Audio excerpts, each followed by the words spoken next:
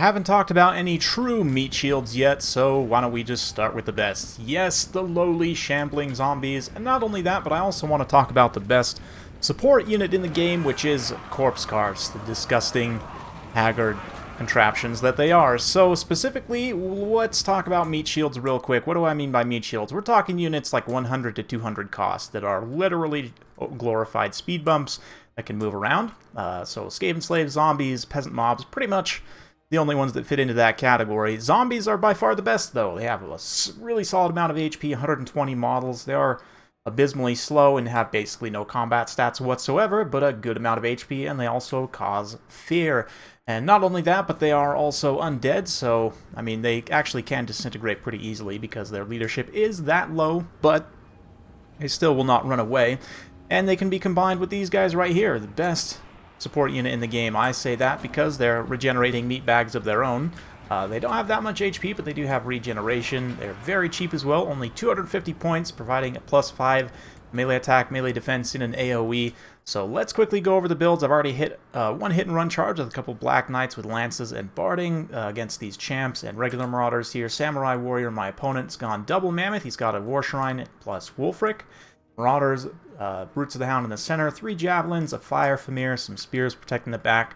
I've also got plenty of skeleton spears, unholy lodestone. Let's not forget that corpse carts can also heal with the unholy lodestone in a nice AoE supporting the Sternsman. We've got a White King, Helmengorst leading the way with absolutely nothing, just his own Mortis corpse cart, and of course the Necromancer also on another corpse cart. So we've got that saturation of that +5 melee attack and defense pretty much all the way around. 2 Blood Knights for the power hitting, you know, kind of part of our army here. But for the time being, just hit and pull back and let the zombies start to take a beating. Now, the zombies with the corpse cart, you can see here, they're up to 10 attack and 11 defense, which is certainly solid. We'll compare them to some other meat shields, you know, kind of after that. But the main idea here is they're just going to soak and also try and wear my opponent out, right?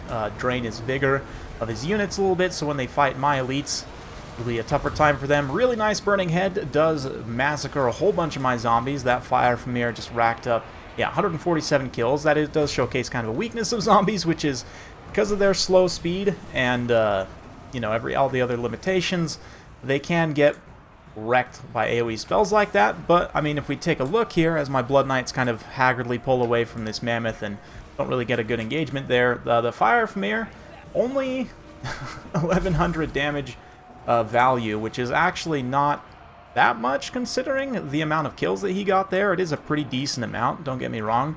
But here, Black Knights are able to finally get up into the back line, start disrupting those javelins. One of the benefits of the corpse cart, again, they're so cheap that I can take this many of them, and it is legal to do so under tournament rules, that Samurai Warrior is having a hard time focusing any of them down. And as a result, my units are pretty much all just trading a little bit more cost effectively than they should be. Another point about zombies as well is, of course, you can summon them, which I have summoned a few here to bog down this backline. Man, the police corpse carts here, red and blues, blues and twos, coming to pull over all of these Norscans speeding in their, you know, the speed limit is 23 speed, okay, guys? Like, you please, come on. Anyway. Yeah, the Blood Knights have just been cycling in and out, and now get a really good engagement here. Nice Dance Macabre, Invocation of Nehek on them, rather. And this Burning Head does, unfortunately, just wreck that unit of Marauder Champions. Did wreck a whole bunch more zombies, but that's another benefit of zombies, is they can pin units in place. They are a great tar pit unit. They actually have heavy mass, which is another thing I forgot to mention. The mass, there's like 2 values for it, right?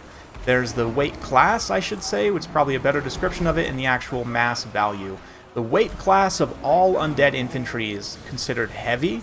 As a result, they will stand up and bog units down better than a lot of other kind of equivalent infantry. Like, you compare trying to charge and then push through a unit of, say, Skaven slaves or peasant mobs versus zombies. The zombies just weigh more. And when summoning them especially, you can really bog down high-value units in just this tar pit of nothingness except HP. Like, it's literally zero value for them to be fighting, basically, so that is a big benefit, and one thing that makes vampire counts be able to swarm and just keep up that endless, you know, kind of supply of HP that's really their kind of characteristic as a faction. They can really throw more and more HP at you, until finally the power units can finish you off. At least that's the idea here. Another big Dance Macabre on these Blood Knights, buffing up their attack. If you have Dance Macabre and you know, Corpse Carts around, that's actually, what, a plus 30 almost melee attack buff, and even at that point, the zombies will be punching quite hard. So, I say punching quite hard. Their weapon strength is still abysmally low, but they will be making contact on their melee attacks at the very least against kind of low to mid-tier units. And they only cost 100 points, so that kind of buff ability and the healing, in my mind, makes them very clearly the best meat shield in the game. The ability to summon them as well. I mean, you can summon clan rats, which are sort of more of a low-tier infantry than a true meat shield, whereas zombies are absolute meat shields here, summoned up. And you see how when they summon too, even though they don't have the best attack and defense, if they're in a surround like this, where they're all kind of surrounding one javelinman, they actually can do some damage, in that they'll be, the spearmen here, they'll be bypassing a good amount of that unit's melee defense when attacking from the side and rear.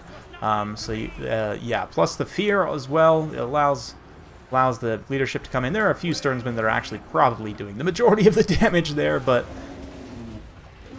yeah, zombies, definitely not to be underrated in multiplayer, certainly. I would consider them a staple of vampire count play, especially against factions that don't handle attrition well, because zombies play into that attrition game so heavily with the right support units especially. They can stand up for a surprisingly long time, and even if they don't, like here, they've mostly evaporated, you can always keep summoning more, as long as you have a caster alive to do so. In terms of value, only one zombie really paid for itself, which is not super surprising, but at the same time, I mean, these ones that are like 80 gold, 89 gold basically pay for themselves as well. And it's more, again, about wearing these units out. Against Norsca, you do have to be a little bit careful, because there's an argument to be made that you're just ticking up their enrage by feeding your zombies into their infantry, which is why you don't necessarily always want to go straight face in like I did there, like against, say, a full line of berserkers. You might want to handle that slightly differently, try and pull them apart a little bit, but regardless, just having this much free HP, not necessarily free, but very low cost HP, also causes fear. Super, super nice against low leadership factions in particular, but really against everyone that's non-undead. Gorst, of course, ridiculously cheap with nothing on his cart, allows you to go very wide and still take a good amount of numbers here.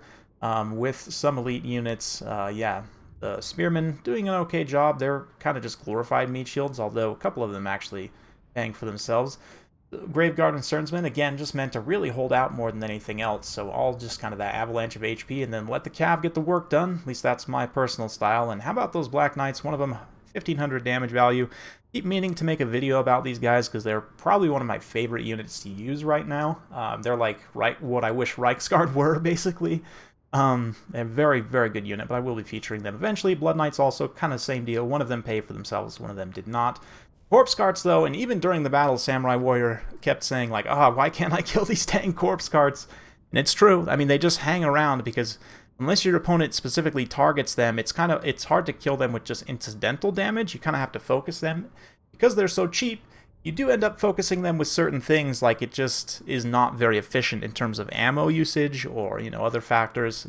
So something to consider there. Corpse Carts are absolutely amazing. And I chose to do these two together because, in my mind, they're kind of units that should almost always be taken in tandem, right? Like, I am a believer in basically always having at least one or two Corpse Carts in every single Vampire Counts build, even if it ends up getting blasted early on in the battle by some high damage like Luminarch or something. It's still, that's wasted. A Luminarch shot that's not going after your Lord, and especially considering how cheap they are.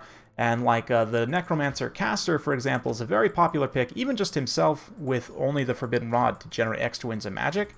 If you put him even on just the basic Corpse Cart, it gives him more HP plus regeneration, right? So it is a little bit of extra spend, but you can potentially get more uses out of the Forbidden Rod as you have more HP overall to work with.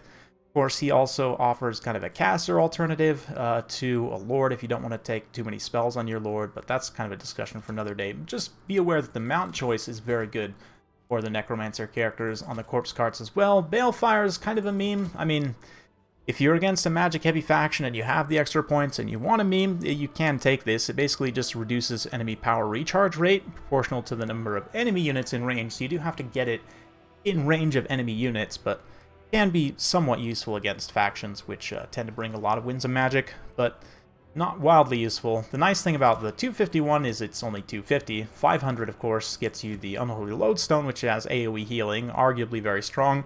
Only 2 HP per second, but considering you can stack that with other, passive effects, a lot of undead units, vampire counts units specifically have this regeneration trait, right? So that stacks up to 6 HP per second. Then maybe you also have a Mortis Engine, which has its own effect, right? Which gives an additional 2 HP, all the way up to 8 HP per second, right? Plus, you're going to be getting passive healing from procs of the Curse of Undeath here. And of course, you've got direct healing from Invocation of Nehek, so all that combined means that, you just get a lot of passive healing. The corpse cart's an important part of that. Not only that, this +5/+5, because undead units generally, the balancing for them not running away is that they tend to have lower melee attack and defense stats, and just stats overall. This helps counteract that pretty significantly, and again, if we kind of think about, so as a comparison with zombies here, we pull up the Bretonnians and the Skavenses. There we go. Mobs are the same cost, and you see baseline, they do have better stats. I mean, granted, their leadership is terrible, and because they're not undead, they will just straight up run away most of the time. That already gives the zombies a massive advantage over peasant mobs. Peasant mobs are a little bit faster, actually pretty significantly faster, which is nice, and their stats baseline are higher, but once you factor in corpse cart passive support, the zombies are a lot closer, right? And that's kind of the point of the corpse carts, is it puts your units a little bit more on par in terms of stats where your living counterparts may be. And of course, keep in mind, you basically get this fear trait more or less for free, which is pretty amazing. Most units would have to pay for that. Skaven slaves are in a similar boat. Their leadership is absolutely terrible, so they'll usually just run away before really doing anything. You can take a tiny anti-large bonus on them, which also gives them 16 melee defense, which is okay, but only 9 melee attack, and a pitiful, +6 bonus versus large, so it's really not much, even after factoring the bonus versus large attack, versus a large entities. You're still more or less same attack, more weapon strength, granted, than the zombies, but the zombies are pretty comparable, and just the fact that they won't run away makes them way, way more useful as roadblocks, just infinitely more useful. The other things are really just secondary to that, right? But anyway, that's my essay about zombies and corpse carts. Hopefully you guys enjoyed watching. If you do like this sort of content, be sure to like, subscribe, hit that bell notification button. Every time I upload a new video, you'll be notified. Thanks again, and we'll see you next time.